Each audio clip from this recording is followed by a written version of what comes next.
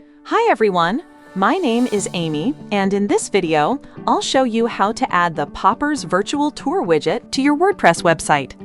A virtual tour widget is a great way to present spaces in an interactive format, making it easier for visitors to explore your content visually and engage with it more naturally. So let's get started. First, go to your Popper dashboard, then click on Websites. After that, click on Add New Website and enter your WordPress website link. Once you've added the link, click on Add Website. Next, go to your WordPress dashboard. In the Plugins section, search for the Popper plugin, then install and activate it. After activation, click on Popper from the left sidebar.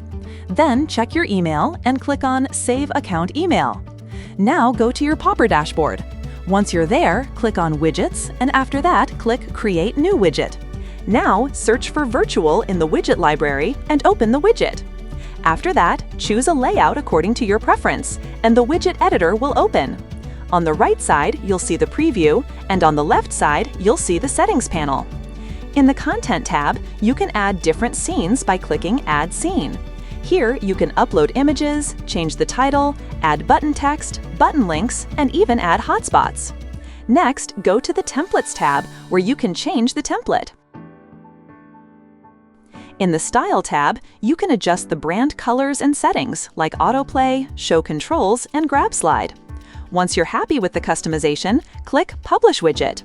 After that, copy the installation code and go to your WordPress site editor. Now add a custom HTML block, paste the code inside it, and save your changes.